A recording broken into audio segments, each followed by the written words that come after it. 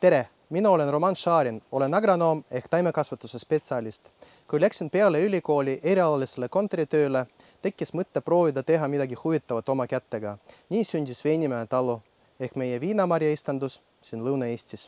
Praeguseks oleme saanud Eesti suurimaks mahe viinamarjaistanduseks Katmi kallal.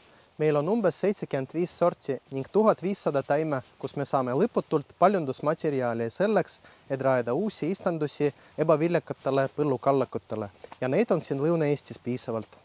Realiseerime oma toodangut läbi Selveri kaubandusketti. Meie tooted võib leida nii väikestes kui ka suurtes poodides, baarides ja restoranides. Pakume oma tooteid ka otse tarbijale. Meie rändavat pop-up baari võib kohata erinevates paikades üle Eesti. Nii Seto Folgil kui ka Station Narva festivalil. Osaleme Eesti suurimatel laatadel selleks, et saaksime kohtuda oma kliendiga näost näkku, sest kellele meist ei meeldiks kiitus.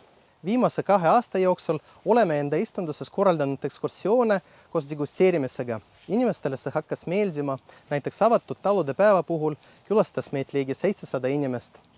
Nüüdseks oleme jõudnud olukorda, kus me ei saa kõike huvilisi vastu võtta.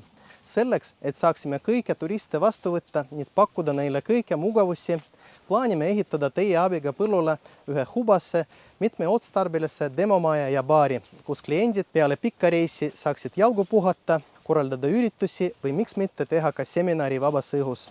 Tule Veinimäe investoriks ja arendame koos Lõuna-Eestis kaasaegset põhjamaist veeninduskeskust.